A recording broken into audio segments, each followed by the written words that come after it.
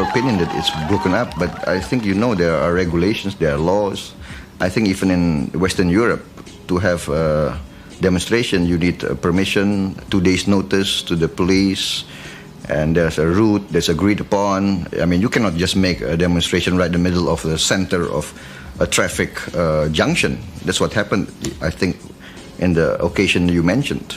If that kind of protest is a problem, what sort of protest is okay? You can have a lot of channels.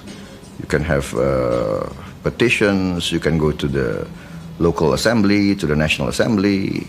I mean, there are a lot of ways, I think.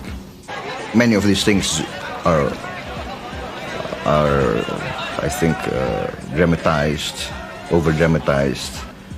I mean, the Western press will come into Indonesia, just looking for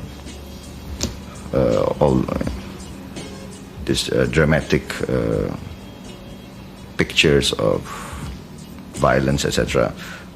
We are concerned, yes, definitely, but I think on the whole, for the condition we are in, for the serious crisis, I think many other countries face worse situations. The President also promoted his own son-in-law, General Prabowo Subianto. General Prabowo is now the commander of the largest and most powerful single unit in the armed forces. 37,000 soldiers are under his command.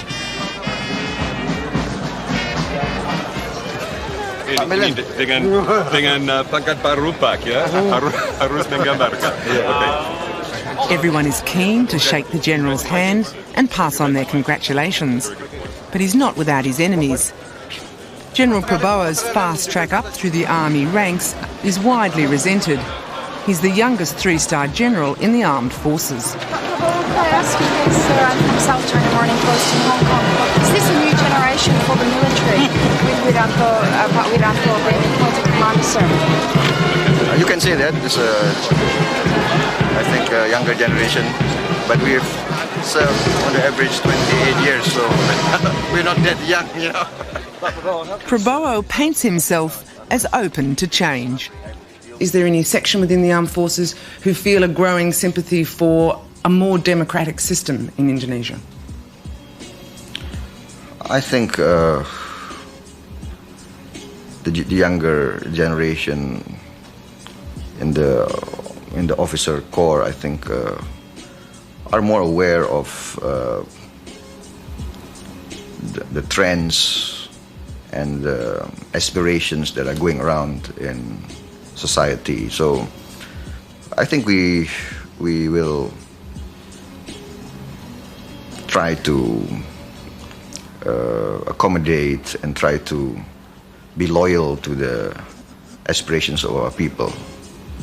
Yeah, and I think there is room for more improvement in a lot of our institution building. If the situation does get worse, seriously worse in this country though, is there a point at which it would be better to change leadership? I think we have a mechanism, we have a constitutional system that we have carried out in history. I think we will maintain that system and that mechanism. Do you think that a people's power movement is possible in Indonesia in the coming months? What I think is that, well, you've been in Indonesia, you see, I think majority of the people, I think, still believes in the government and in the armed forces, I think. So I don't see a mass uprising against the government, mass uprising against the armed forces. Will you shoot them? I mean, it's not a black and white situation that you paint. We carry out dialogue. We meet them face to face. We discuss with them. We try to talk things out. But if they remain unconvinced, if they defy you, we are 200 million people. If they defy you, though, we are 200 million people. Who are they? We are a people's army. We will never go against our people.